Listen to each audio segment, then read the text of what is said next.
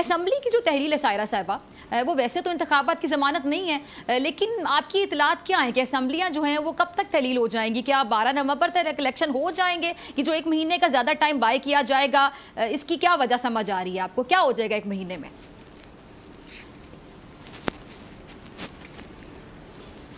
السلام علیکم۔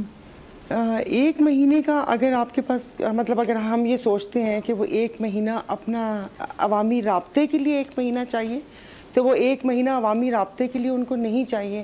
وہ آپس میں ایک دوسرے کو گارنٹی دے رہے ہیں اور لے رہے ہیں، کیونکہ ان کو یقین نہیں ہے۔ کیونکہ یہ ریومرز بھی بہت زیادہ اسٹرانگ ہے کہ جو انٹرم سیٹ اپ آئے گا، جو ٹیکنوکریٹس کا کہ جی وہ بہت زیادہ لنگر آن ہوگا۔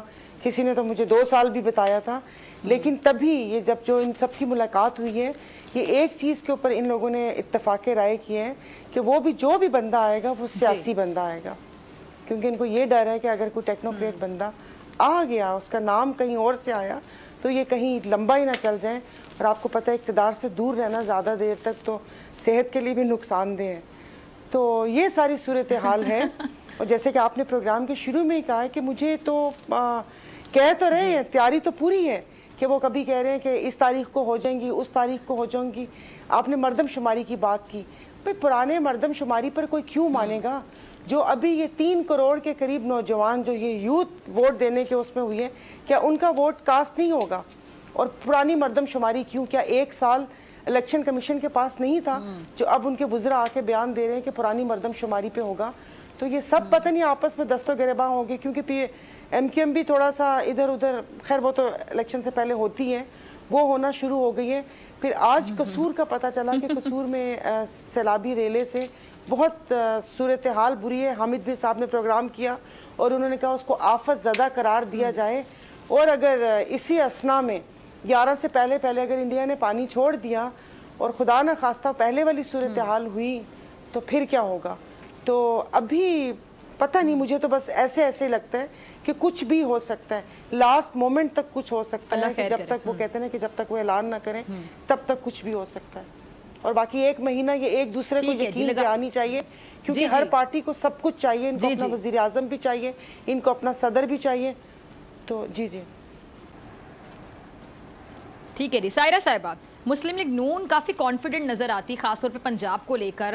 ٹھیک ہے، پنجاب میں مسلم لیگ نون کا ایک ووٹ بینک ہے، یہ ایک حقیقت ہے، لیکن اب یہ چہم گوئیاں ہو رہی ہیں، بہت جو تجزیہ کار ہیں وہ یہ تجزیہ دیتے ہوئے دکھائی دے رہے ہیں، اور سیاسی حلقوں میں بھی یہ بڑی باتیں ہو رہی ہیں کہ ابھی شاید سادہ اکثریت لینے میں کسی حد تک ناکام رہ سکتی ہے مسلم لیگ نون۔ تو آپ کو کیا لگتا ہے کہ واقعی پنجاب میں کسی جماعت سے کوئی خطرہ نہیں ہے؟ پھر پیپلز پارٹی بھی بڑی متحرک رہی پنجاب میں، زرداری صاحب کی جو ملاقاتیں ہوئیں وہ بھی آپ کو پتہ ہے، باقی جماعتیں بھی پنجاب میں ظاہری بات ہے اپنے آپ کو بڑا مضبوط کرنا چاہتی ہیں، کیونکہ پنجاب کی سیاست کا، وفاق کی سیاست پہ بہرحال ایک ایفیکٹ ہوتا ہے، یہ ایک ریالٹی ہے۔ کیا کہیں گی؟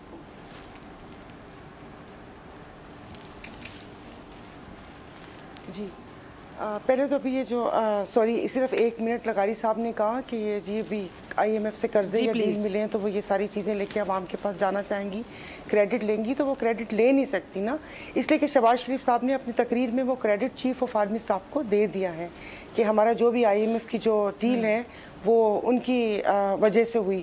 اور ہم نے ماضی میں بھی دیکھا ہے کہ بھلے وہ چائنا سے قرضہ ہو، دوست ممالک یو اے ای، سعودی عرب، جس سے بھی قرضہ ہو، اس میں ہمارے جو سپہ سالار ہے اس کا بہت زیادہ کردار ہوتا ہے۔ مطلب ہم تو اتنے نااہل ہیں کہ ہم اپنی زراعت بھی نہیں سنبھال سکتے نا، اس کے لیے بھی ہماری افواج پاکستان کو کمر باندھ کر آنا پڑا۔ دوسرا، نون لیگ اتنی کانفیڈنٹ میرے تو خیال میں کہ نہیں ہونا چاہیے، اس لیے کہ پیپلز پارٹی وہاں پر کافی کام کر رہی ہے۔ اگر نون کو تھوڑا بہت سہارا ہے تو وہ میرے خیال میں آئی پی پی کا ہے، کیونکہ وہ ابھی جیسے ان کے 2 ایس اے پی ایم انہوں نے ان کو استعفیٰ دینے سے بھی منع کر دیا، اون چودھری اور لنگڑیال صاحب کو بھی، تو سمجھ نہیں آ رہی یعنی کہ وہ آخر دم تک وہ ان کے ساتھ رہیں گے اور پھر اس کے بعد کیا وہ آ کے اپوزیشن میں بیٹھیں گے۔ تو میرا نہیں خیال کہ کسی بھی جماعت کو 2/3 اکثریت یعنی کہ وہ فل پار کے ساتھ آئے گی، یہ ان سب کو پتہ ہے۔ تو وہ اب زیادہ سے زیادہ کوشش کر رہی ہے کہ جتنی مراد سمیٹی جا سکے، مراد سے مراد کے صدر بھی اپنا کر لیں، یا سینٹ کا چیئرمین اپنا ہو گیا، یا جو بھی بڑے بڑے وہ ہیں, وہ جو بھی پارٹیز ہیں وہ لے لیں. باقی آئی پی پی کس پلڑے میں بیٹھتی ہے, تو میرے خیال میں ان کا جھکاؤ نون کی طرف ہے. اور ابھی جو آج پرویز خٹک صاحب نے کی ہے, تو وہ بھی اطلاعات ہیں کہ وہ نون میں ہی جانا چاہ رہے تھے, بٹ پھر انہوں نے ایک اپنی پارٹی بنا لی. ظاہر ہے پھر ووٹ یا تھوڑی سی فیس سیونگ بھی تو چاہیے, لیکن 2/3 اکثریت کسی کو نہیں ملے گی. اب یہ بیٹھ کے کیا کرتے ہیں, اور یہ جو آزاد امیدوار یا آزاد جماعتیں, یہ جو گروپ ہیں جیسے باپ ہو گئے, ایم کیو ایم ہو گئے, اور سندھ سے پارٹیز ہو گئی, تو وہ اب دیکھیں کہ وہ اس وقت کون کس کے ساتھ ہوگا, کیونکہ دونوں نے اپنا اپنا وزیر اعظم بتا دیا نا. وہ کہہ رہے ہیں ہم بنانا چاہتے ہیں, وہ کہہ رہے ہیں ہم بنانا چاہتے ہیں. تو یہ تو ابھی بہت گیم آگے جانے والی ہے. بس آپ ایسے ہی مسکراتے ہوئے دیکھیے گا کیا ہو رہا ہے. ٹھیک ہے. اچھا لغاری صاحب, میری کچھ عرصہ پہلے پرویز اور اگر خٹک صاحب سے سیلاب آ بات گیا ہوئی تو وہ تھی, پھر الیکشن کیسے ہوں گے, جب خدا نہ خواستہ. جی جی ٹھیک ہے, اللہ خیر کریں گے, کیمپین بھی کریں گے کھل کر. لیکن 1 سال پہلے ایک پیج پر تھے, کیا کہیں گی؟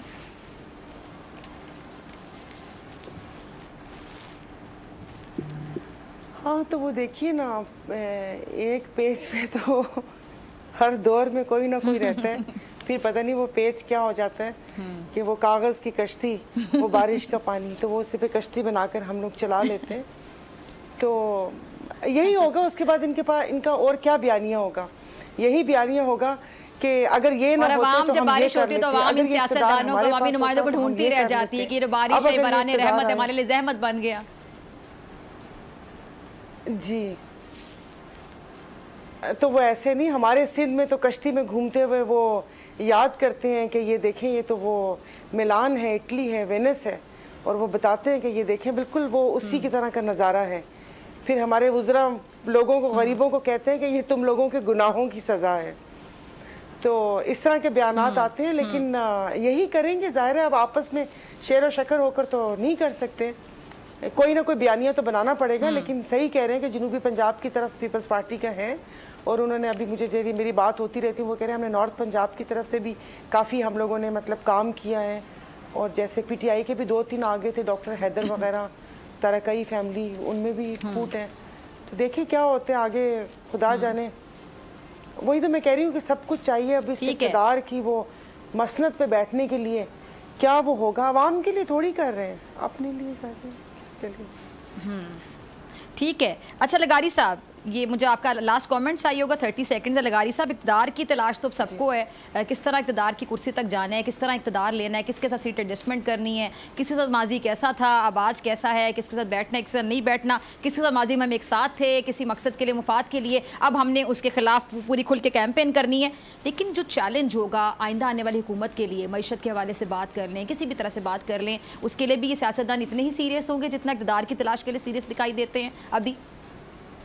میرا خیال ہے اور میں سمجھتا ہوں کہ دونوں پارٹیوں میں سے کوئی بھی پارٹی اقتدار میں آتی ہے اس کو سنجیدگی سے کام کرنا ہوگا, اور اسے سنجیدگی سے کام کریں گی. جو بھی آئے, پی ایم ایل این ہے یا پیپلز پارٹی ہے یا کوئی اور جماعت ہے, اب کسی کے پاس غلطی کا آپشن موجود نہیں ہے. کوئی غلطی نہیں کر سکتا ہے, نہ کوئی گنجائش ہے اس قسم کی کہ کوئی غلطی کرتا پھرے.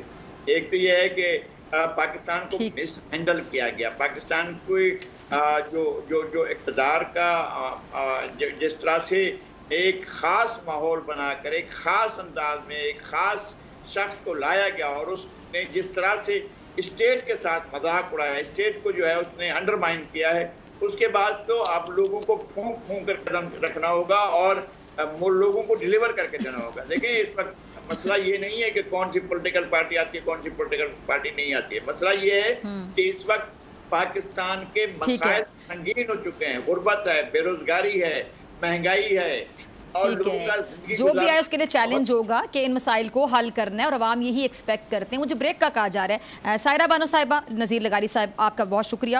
اور بریک کے بعد